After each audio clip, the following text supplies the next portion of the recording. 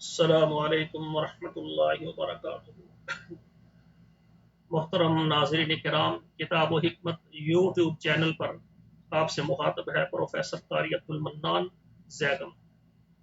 آج آپ کے سامنے اللہ تعالیٰ کی کتاب قرآن مجید کا 8واں پارہ اور سورۃ الاعراف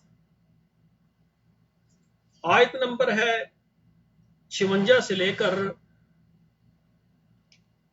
60 تک آپ کے سامنے 5 آیات پہلے تلاوت کروں گا اور پھر اس کا ترجمہ عرض کروں گا۔ اعوذ باللہ من الشیطان الرجیم، بسم اللہ الرحمن الرحیم۔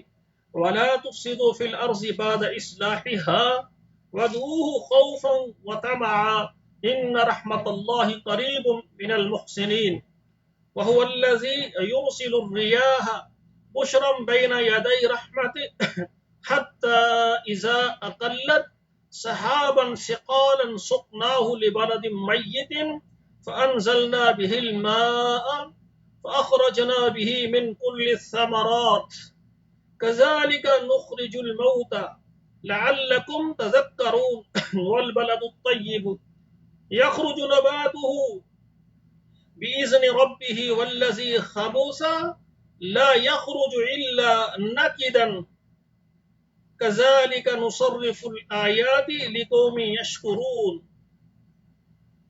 لقد أرسلنا نوحا إلى قومه فقال يا قوم اعبدوا الله ما لكم من إله غيره إني أخاف عليكم عذاب يوم عظيم قال الملأ من قومه إنا لنراك في ضلال مبين۔ ناظرین کرام، اب ترجمہ سماعت فرمائیں۔ اللہ ذوالجلال فرما رہے ہیں وَلَا تُفْسِدُوا فِي الْأَرْضِ بَعْدَ إِصْلَاحِهَا، اور نہ تم زمین میں فساد پھیلاؤ اس کی اصلاح کے بعد۔ وَادْعُوهُ خَوْفًا، پکارو اس کو خوف کے ساتھ، وَطَمَعًا، اور توقع رکھتے ہوئے، امید رکھتے ہوئے۔ ان رحمت اللہ قریب من المحسنین، بے شک اللہ کی رحمت قریب ہے نیکی کرنے والوں کے ساتھ۔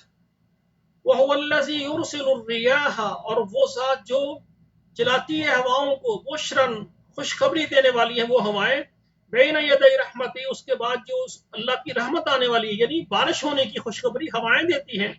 حتی اذا اقلت سحابا، یہاں تک کہ جب وہ ہوائیں اٹھا لاتی ہیں سحابا، بادلوں کو، ثقالا، بڑوں بادلوں کو، بھاری بادلوں کو جن میں بہت زیادہ پانی ہوتا ہے، سقناہ لبلد میت، اور اس کے ساتھ اللہ تعالیٰ پلاتے ہیں مردہ زمین کو، مردہ شہروں کو، مردہ زمینوں کو، خشک زمینوں کو اللہ پلاتے ہیں پانی۔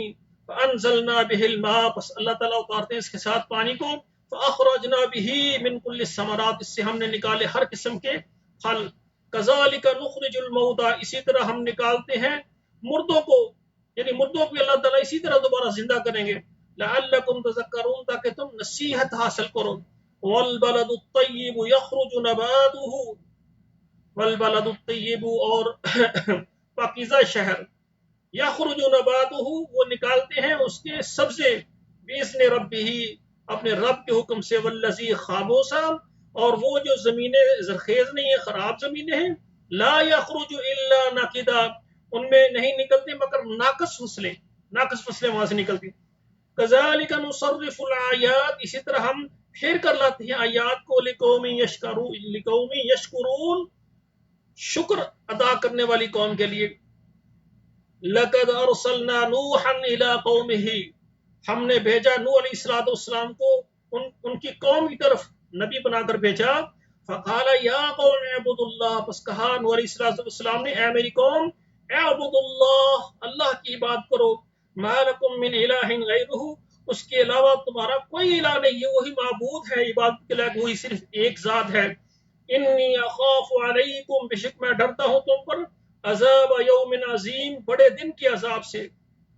قال الملأ، کہا سرداروں نے، من قوم ہی، اس کی قوم کی سرداروں نے کہا، یہ جو نوح علیہ السلام کی قوم ہے اس کے جو سردار، بڑے امیر لوگ، انا نراک فی ضلال مبین، بے شک ہم آپ کو دیکھتے ہیں سری بہکا ہوا، یعنی ظاہر بہکا ہوا۔